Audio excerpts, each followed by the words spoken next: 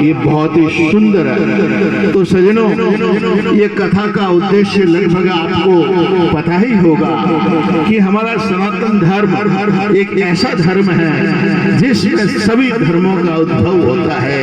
इसमें से सभी धर्म अपना अपना जीवन और शैलियां और मार्गदर्शन लेते हैं। तो सनातन धर्म में सबसे पूज्य गौ माता है हमारी, और जिनकी कथा हम श्रवण कर रहे हैं, भगवान श्री कृष्ण कन्हैया जो बांके बिहारी नंदलाल जिनको हम कहते हैं, वो भी 9 लाख जिनके घर में गैया थी, उनके घर में कन्हैया का जन्म हुआ। तो अगर आप कन्हैया को बुलाना चाहते हो, कन्हैया के भक्त हो, तो सबसे पहले अपने घर में गाय को बांधना होगा। जिसके घर में गाय होगी तो दूध होगा, और दूध होगा तो दही होगा, और दही होगा तो मक्खन होगा, और मक्खन होगा तो कन्हैया अवश्य आपके घर में बिन बुलाए आएगा। कन्हैया के बुलाने का एक ही रास्ता है कि घर में गैया हो। और कहते हैं जिन घरों में दूध होता है, दूध और पूत ढके हुए नहीं ढकते। मारवाड़ी कहावत है कि जिस घर में दूध होगा उसके घर के जो बच्चे बालक पूत है ना, वो हष्ट पुष्ट होंगे, और जिस घर में बच्चे होंगे उन घरों में किलकारियां अवश्य होगी। तो इसीलिए अगर तुम भगवान कन्हैया की किलकारी सुनना चाहते हो तो घर में गैया अवश्य बांधना, और गैया का दूध अवश्य पिलाना, दही खिलाना, मक्खन खिलाना। तो कोई कहता है, एक बार किसी ने पूछा कि भारत के अंदर जब स्वामी जी विवेकानंद जी बाहर गए तो पूछा गया कि भारत के अंदर सबसे श्रेष्ठ दूध किस जानवर का है।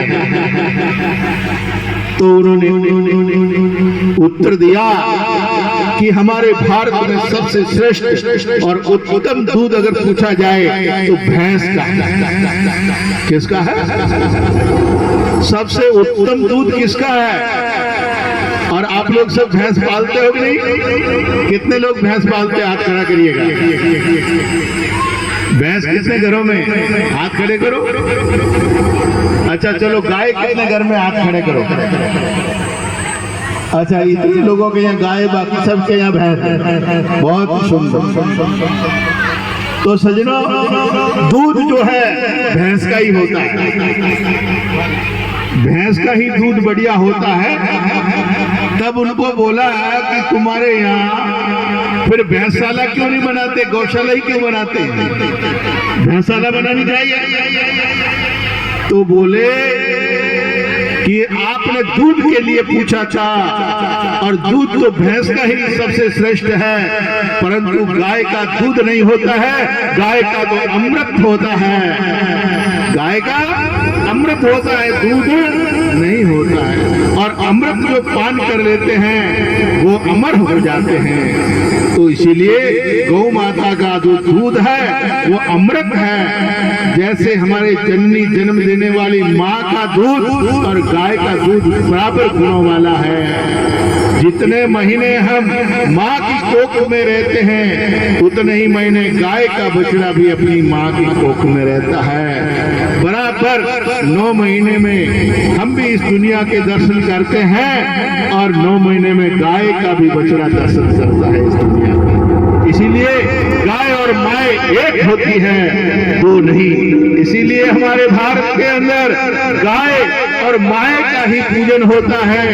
अन्य विदेशों के अंदर न माँ का पूजन होता है, न गाय का पूजन होता है, और न देश का, हमारे देश के अंदर केवल भारत के पीछे ही माँ शब्द आता है। और हमारे देश में ही गंगा माता शब्द आता है। इसलिए गाय माय गंगा ये गायत्री हमारे यहाँ पूज्य है, इसीलिए ये सनातन धर्म मूल जड़ है। इसीलिए जन्म के अंदर हमारे यहाँ गाय दान दी जाती है। जब जन्म होता है 5वां दिन जब पूजन होता है सूर्य पूजन, उस दिन गाय घी का पूजन होता है। फिर जब शादी विवाह होता है तो कन्यादान के साथ में भी गाय का दान होता है। और जब पूरी उम्र पाकर जब चला जाता है और जब मरणासन पर पड़ा होता है, उस समय भी गौदान की जरूरत होती है कि वैतरणी नदी पार करने के लिए हमें गाय की पूंछ पकड़कर पार करनी होगी। तो सज्जनों, माताओं बहनों, जिंदे जिंदे अगर जिसने गाय की पूंछ पकड़ ली तो मरने के बाद बच्चों को गाय दान देने की जरूरत नहीं रहेगी। इसीलिए अपने जीवन में जिंदे ही हमें गाय की पूंछ पकड़ लेनी चाहिए। जिन्होंने गाय की पूंछ पकड़ ली उनका बेड़ा इस लोक और परलोक से भी पार हो गया है। इसीलिए हमारे यहाँ सनातन धर्म में पहली रोटी गाय की होती थी हमेशा। माताएं आज भी गांव की माताएं, आप लोग सब पहली रोटी गाय की बनाते होंगे और लास्ट रोटी कुत्ते की होती है। और शहरों में तो परंपरा खत्म हो गई है, परंतु मेरे गांव में अभी भी ये परंपरा जिंदी है और जिंदी आप लोग ही रखोगे। और जब तक आप लोग इस परंपरा को जिंदी रखोगे तो हमारे देश की संस्कृति और संस्कार मजबूत रहेंगे। और संस्कार जब मजबूत रहेंगे तो हमारा भारत देश और दुनिया में विश्व गुरु कहलाएगा। यही भारत की परंपरा हमारे सनातन धर्म में ऋषि मुनि यति जति सन्यासियों के द्वारा ये चली आ रही है। और ये केवल ग्रामीण इलाकों में, गांव में ही ये जिंदी है। इसीलिए मैं आप सबको तहे दिल से धन्यवाद देता हूं कि आपने इस संस्कृति आपके कारण ही जिंदी है। आप हैं तो गांव है, और गांव है तो संस्कृति है, संस्कृति है तो भारत है, और भारत है तो देश का विश्व गुरु कहलाने के लिए ये सामर्थ्य है। ये गांव ही एक हमारे भारत की रीढ़ है। इसीलिए आप सब लोग धन्यवाद के पात्र हैं कि आपने 7 दिन तक भागवत कथा श्रवण करके जीवन में बहुत ही अपने ऊपर बड़ा उपकार किया है। और ये भागवत कथा का कहने का भाव भी यही है कि आप गाय को स्वीकार करें। मैं ये नहीं कहता हूँ कि भैंस घर से निकाल, मैं ये नहीं कहता कि भैंस घर से निकाल दो, परंतु भैंस हो उसके साथ अवश्य गाय भी हो।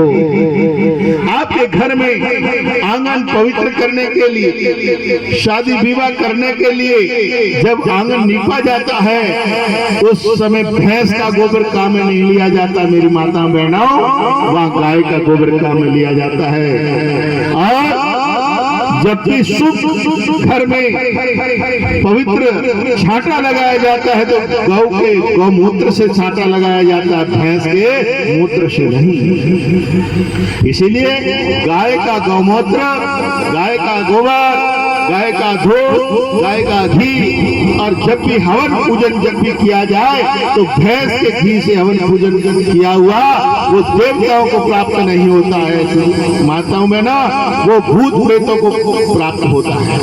इसीलिए भूलकर भी आप भैंस के घी से हवन पूजन कार्य मत करना।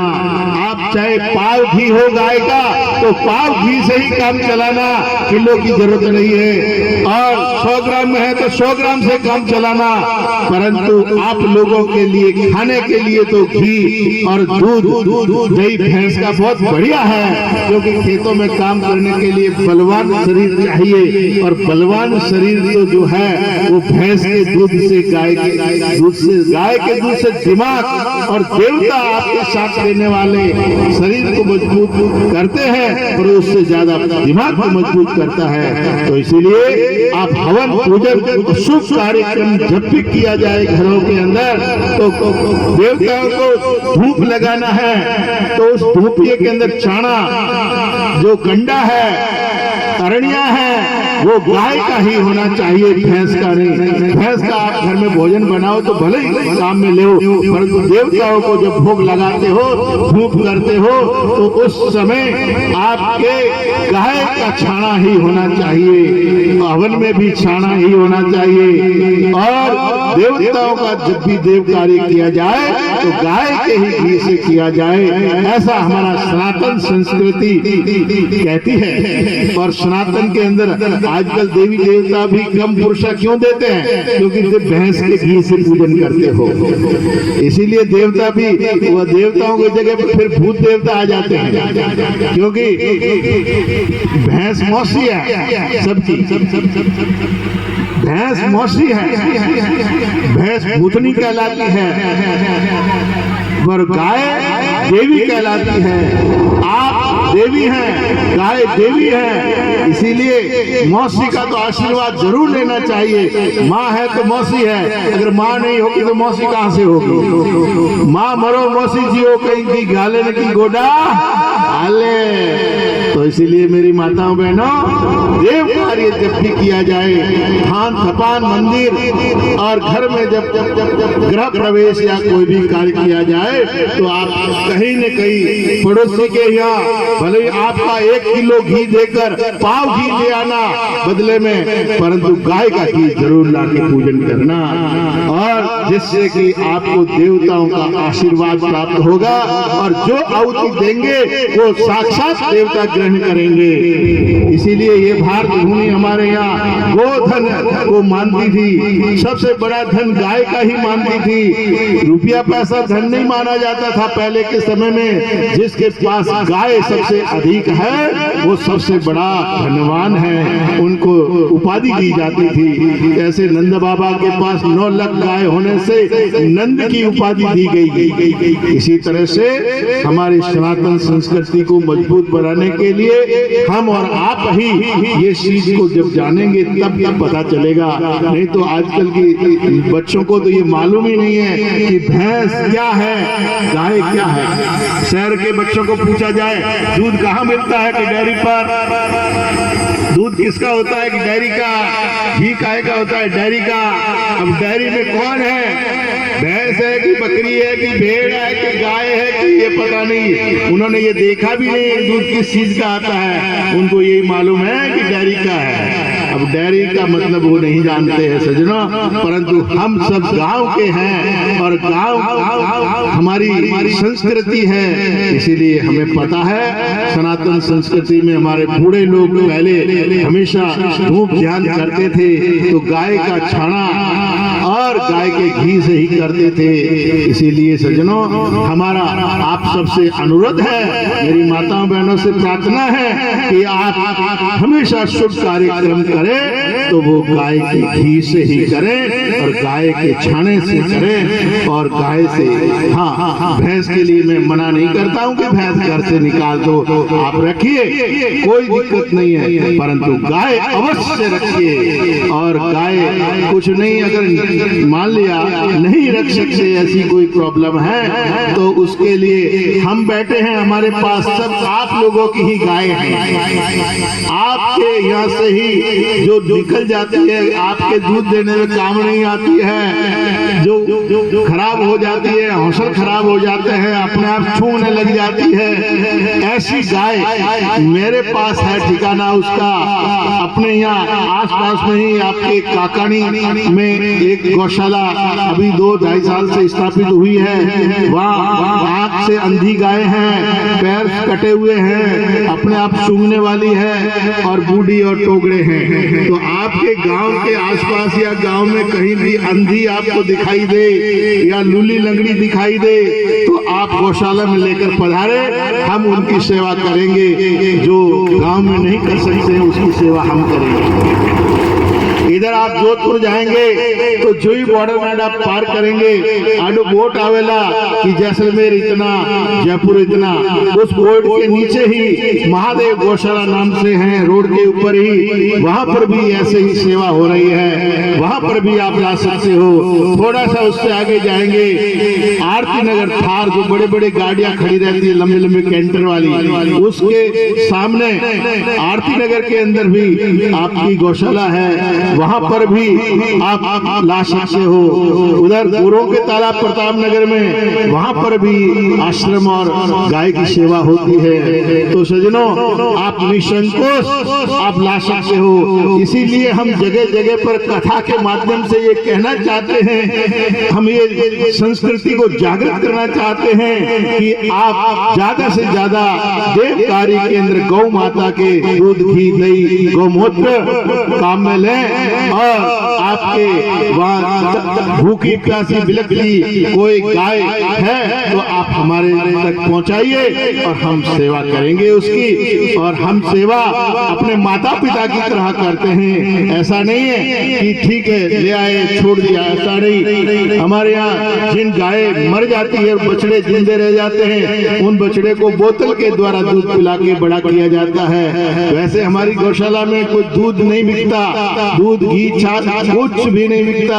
हमारे यहाँ केवल सेवा होती है, नेकी कर और कुएं में डाल, वह सिस्टम है। जो भी आप देंगे वो सीधा गाय के पेट में जाएगा और गाय की सेवा होगी, और उन गाय की सेवा होगी जो लोगों ने घर से बाहर निकाल दिया है, जो घरों से लोग दूध पी के छोड़ दिया है, और जो भटकती है, एक्सीडेंट होते हैं, रोडों पर तड़पती है, भूखी प्यासी, ऐसे गोवंश की हमारे तीनों चारों जगह यहाँ सेवा होती है गौशाला में। और लगभग इस समय 500-600 गोवंश आपकी संस्था में हैं और उनका पालन पोषण होता है। और हमारे यहाँ किसी तरह का रिटर्न नहीं है। जैसे आप गाय को खिलाते हैं तो दूध देती है तब खिलाते हैं, और जब दूध देना बंद कर दे तो बांटा देना बंद कर देते हैं। परंतु हमारे यहाँ उनके भाग का बांटा, दाला, कोरमा, सारी सब्जी और चारा सभी उनके भाग्य में होता है। वो आती है और बड़े प्रेम पूर्वक खाती है। आप आइए और दर्शन करिए। कई लोग तो हमारे पास बाड़मेर से लोग गाय लेके आते हैं। अरे मैंने कहा भाई इतना दूर से क्यों लाते हो, वहीं डाल दिया करो कहीं।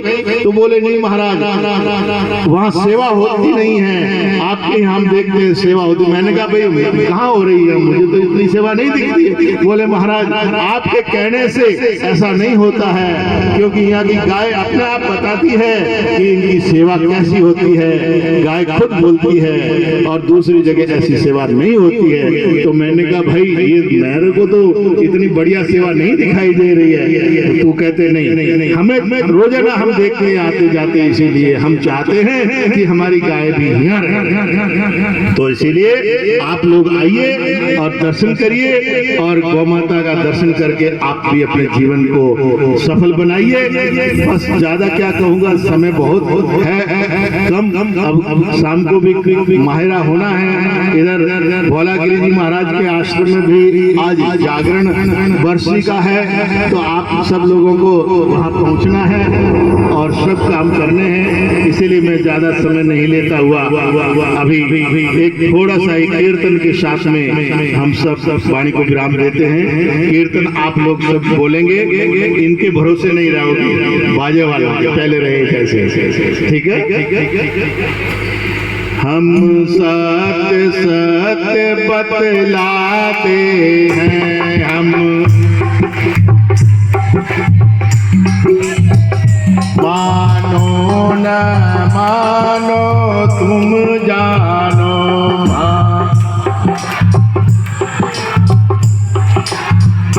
निज अनुभव तुम्हें सुनाते हैं, निज अनुभव मानो न मानो तुम जानो, मानो न जो जो स्थिरता आती है, जो जो जो ए तेरे आती है, जो जो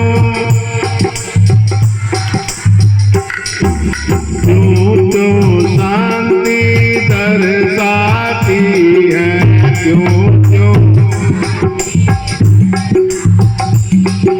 फिर ब्रह्मानंद प्रगटता है, फिर ब्रह्मा मानो न मानो तुम जानो, मानो न जब अहम भाव गल जाता है, जब जब नाम रूप गल जाता है, जब नाम फिर प्रभु ही प्रभु रह जाता है, फिर प्रभु ही तब मोक्ष पदार्थ पाता है, तब मोक्ष मानो न मानो तुम जानो,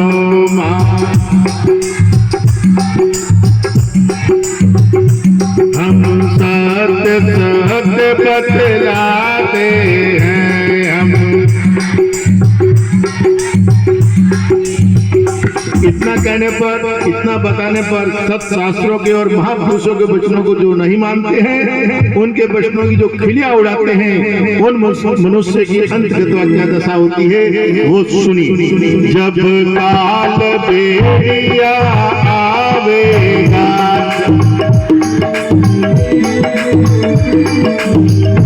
जब काल बेरिया आवेगा, जब तेरा कान पकड़ ले जावेगा, तेरा कान,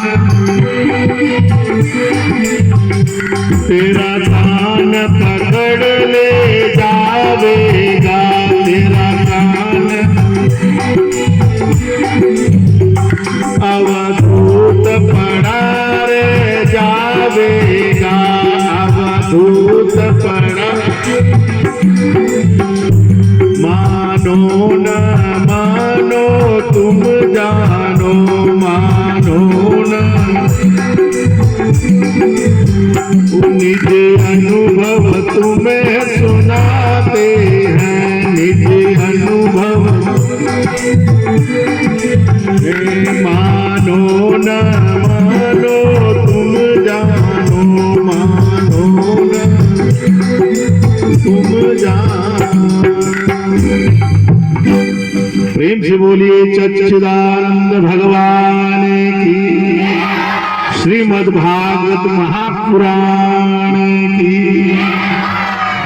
तो महात्मा कहते हैं मानो न मानो तुम जानो, हम सत्य सत्य बतला रहे हैं। क्या बतला रहे हैं? जो अपना निज अनुभव है, जैसे दूध, दही, माखन और पचे घी। तो घी जो है वो सबसे श्रेष्ठ है। ठीक इसी तरह से महापुरुष कह रहे हैं मैं अपने जीवन का जो सार है, तत्व है, मेरा निज अनुभव है, वो आपको सुना रहा हूँ। मानो न मानो मर्जी आपकी है। आज मानो, कल मानो, परसों मानो, इस जन्म में मानो, एक दिन तो आपको मानना ही पड़ेगा।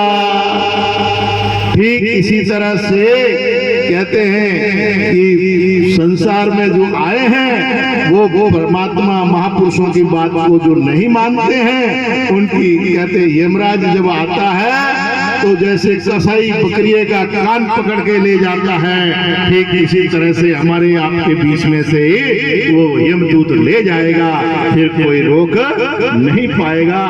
इसीलिए हमारे ऐसे तपस्वी महापुरुष जो हुए हैं, उन्होंने जो मार्गदर्शन दिया है, उन मार्गदर्शन के अनुसार हमको अपना जीवन, अपने चरण भी उन पद चिन्हों पर चलने का प्रयत्न करें और संतों का सनातन संस्कृति का आदर सम्मान करें और गाय गंगा और गीता का सदा सम्मान करें।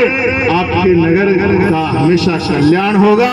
इस नगर को, आपके भावनाओं को खूब खूब आशीर्वाद, खूब खूब आशीर्वाद, फले फूले, निरोग रहे, दीर्घायु रहे और सदा हरिबाड़ी बनी रहे, सदा हरिबाड़ी बनी रहे। हरि ओम तत्सत, हरि ओम तत्सत।